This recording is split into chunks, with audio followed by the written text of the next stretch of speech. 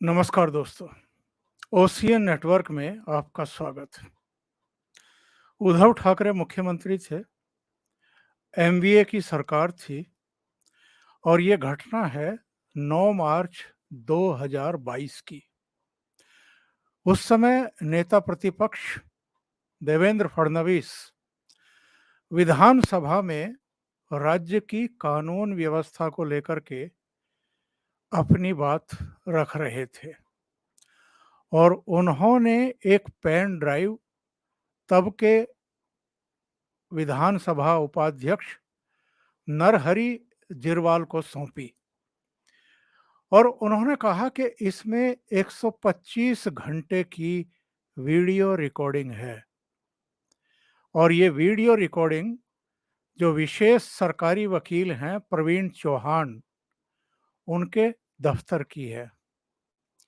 उन्होंने ये भी कहा कि इस रिकॉर्डिंग से आपको पता चलेगा कि एमवीए के घटक दल के नेता यानी शिवसेना के, कांग्रेस के और एनसीपी के वो भारतीय जनता पार्टी के प्रदेश अध्यक्ष समेत जो महाजन हैं, गिरीश महाजन, उनकी गिरफ्तारी की साजिश रच रहे हैं। देवेंद्र फडणवीस ने इस बात का भी खुलासा किया कि इसकी जिम्मेदारी यानी गिरफ्तारियों की जिम्मेदारी तब के जो मुंबई पुलिस कमिश्नर थे संजय पांडे उनको सौंपी गई है और नेताओं ने जो उस समय के डीजीपी थे उनके साथ भी बैठकें की हैं। उनका एक और गंभीर एलिगेशन था शरद पवार पर।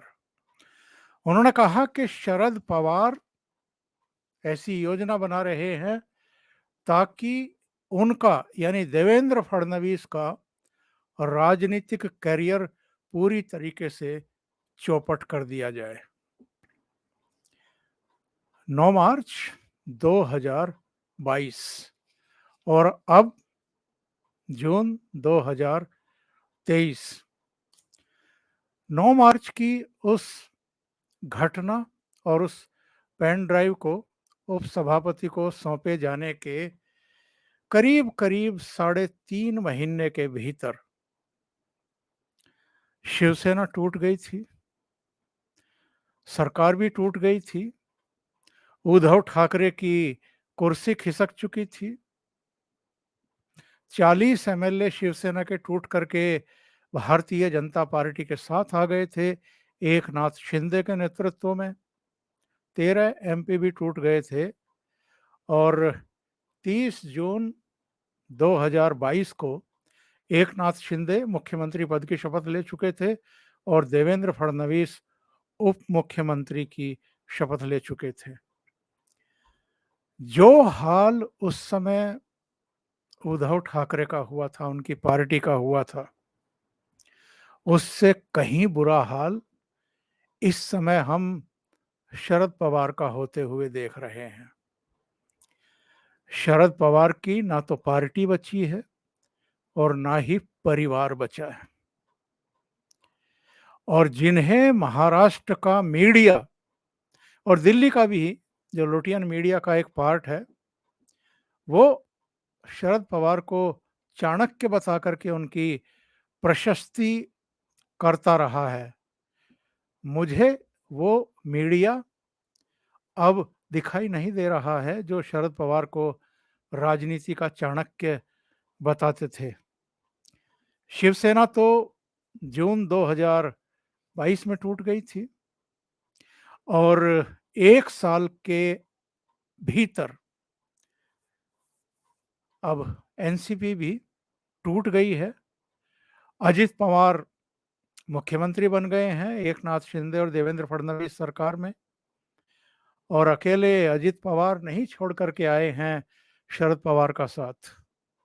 छगन भुजबल जैसे उनके करीबी, धनंजय मुंडे, दिलीप वलसे पाटिल, इसके अलावा अनिल पाटिल और सबसे बड़ी बात, जिनको हाल में शरद पवार ने कार्यकारी अध्यक्ष बनाया अपनी बेटी सुप्रिया सुले के साथ, वो प्रफुल्ल पटेल भी राजभवन में उस समय मौजूद थे जब अजित पवार ने शपथ ग्रहण की और 8 अन्य एनसीपी के विधायकों ने मंत्री पद की शपथ ली।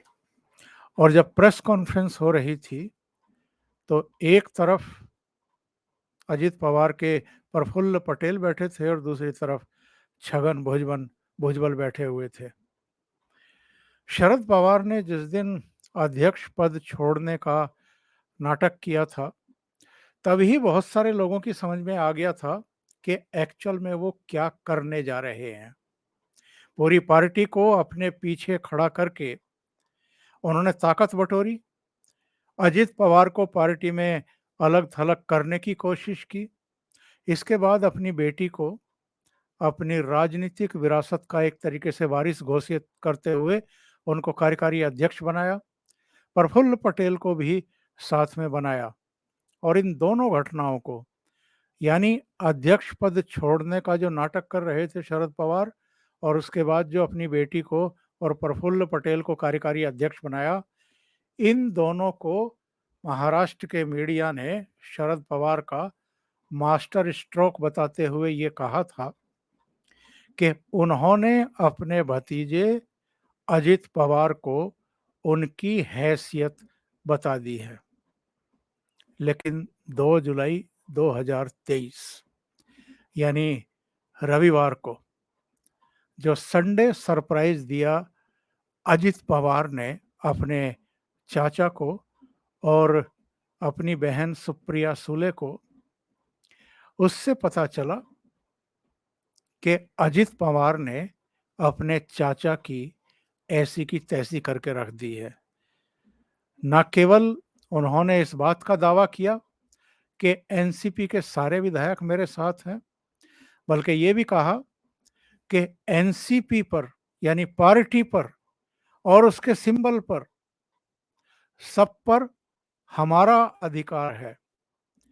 और ये उन्होंने लगभग वैसा ही दावा किया है जैसा एकनाथ शिंदे ने शिवसेना के टूटने के बाद, तोड़ने के बाद किया था।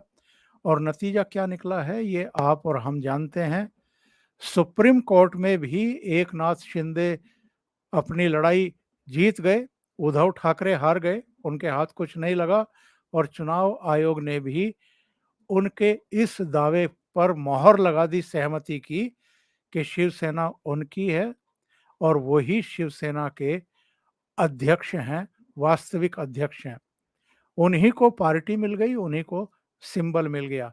और अब अजित पवार जो हैं वो ये कह रहे हैं कि विधानसभा में एनसीपी की जो 53 विधायक हैं उनमें से अधिकांश हमारे साथ हैं।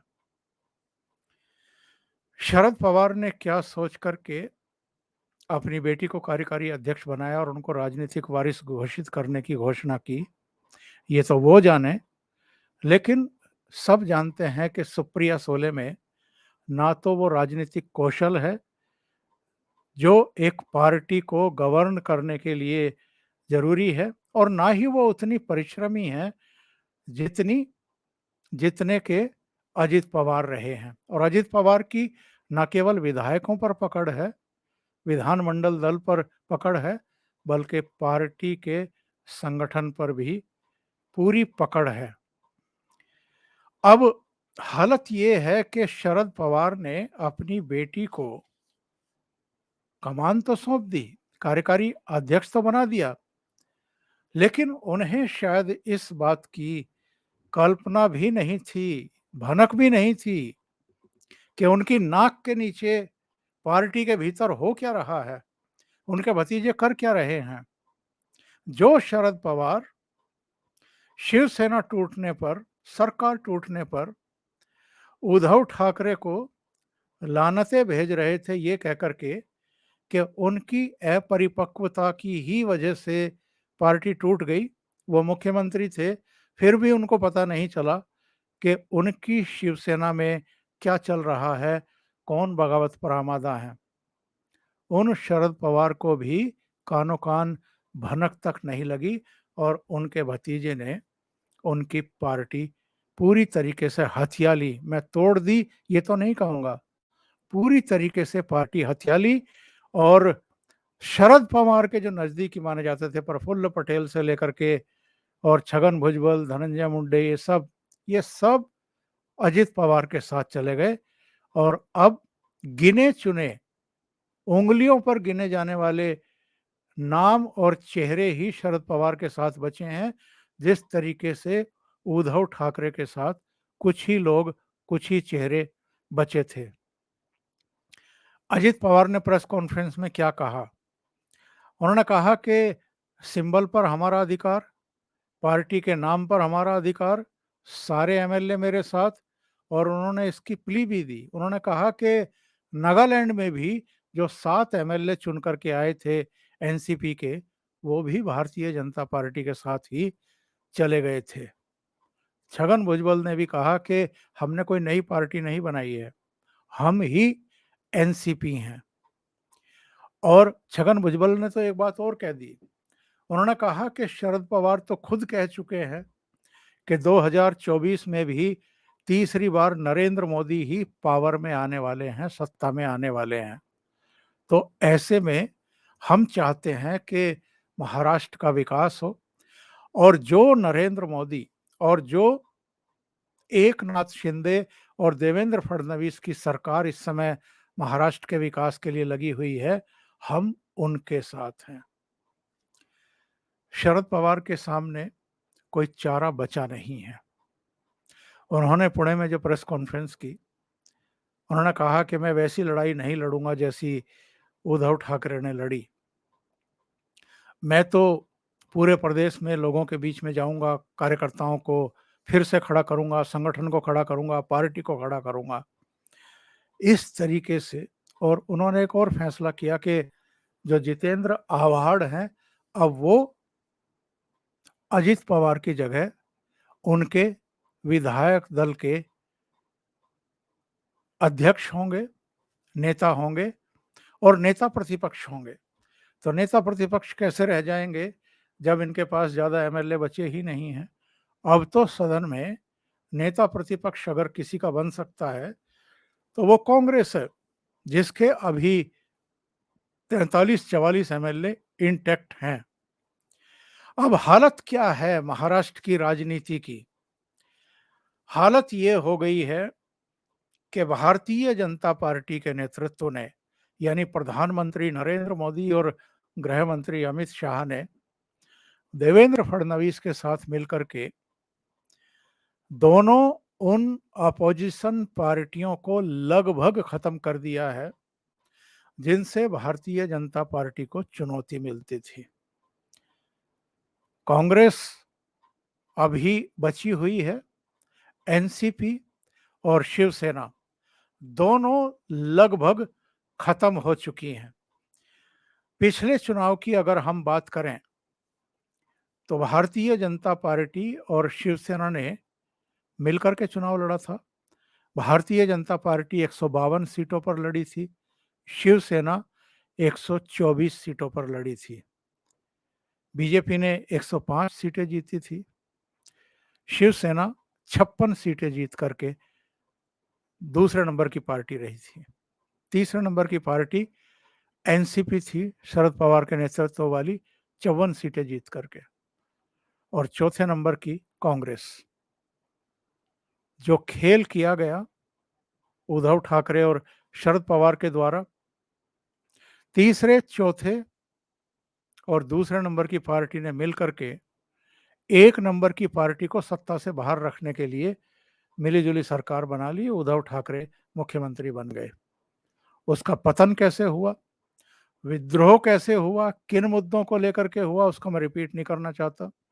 संक्षेप में बता देना चाहता हूं कि जो भारतीय जनता पार्टी के साथ मिलकर के शिवसेना लड़ी थी और जिसको 161 सीटें मिली थी गठबंधन को, शिवसेना के वो एमएलए जिनको लेकर के उद्धव ठाकरे कांग्रेस और एनसीपी के साथ चले गए थे, वो इस चीज को बर्दाश्त ही नहीं कर पा रहे थे कि दो ऐसी पार्टियां जो भारतीय जनता पार्टी और शिवसेना के खिलाफ लड़ी थी, उनके साथ जाकर के हम सरकार बनाए।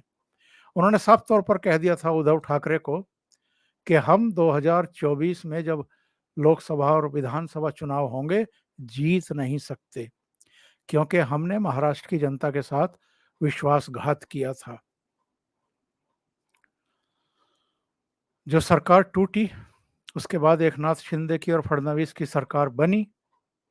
उससे पहले तो जून में बगावत से पहले ऐसे तमाम संकेत मिलने शुरू हो चुके थे, जिनको ना उद्धव ठाकरे भांप पाए, ना कांग्रेस के नेता और ना ही शरद पवार। विधान परिषद का चुनाव याद करिए, जिसमें देवेंद्र फडणवीस अपना एक अतिरिक्त एमएलसी चुनवा पाने में सफल हो गए थे।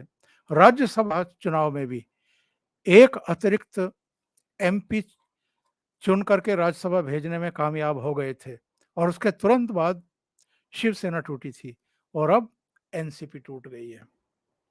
तो भारतीय जनता पार्टी ने कम से कम महाराष्ट्र में अपोजिशन को बिल्कुल दीवार से लगा दिया है, खत्म कर दिया है। और इसलिए भी ये किया गया है क्योंकि अक्टूबर-नवंबर 2019 में भारतीय जनता पार्टी की सरकार ना बनने पाए, ऐसी साजिश रचने वाले उद्धव ठाकरे और शरद पवार ही थे। पहले उद्धव ठाकरे की शिवसेना तोड़ी गई और अब शरद पवार की एनसीपी को तोड़ डाला गया। और शरद पवार का हाल तो उद्धव ठाकरे से भी बुरा होने जा रहा है, क्योंकि ना तो इनकी पार्टी बचेगी और ना ही परिवार बचा है।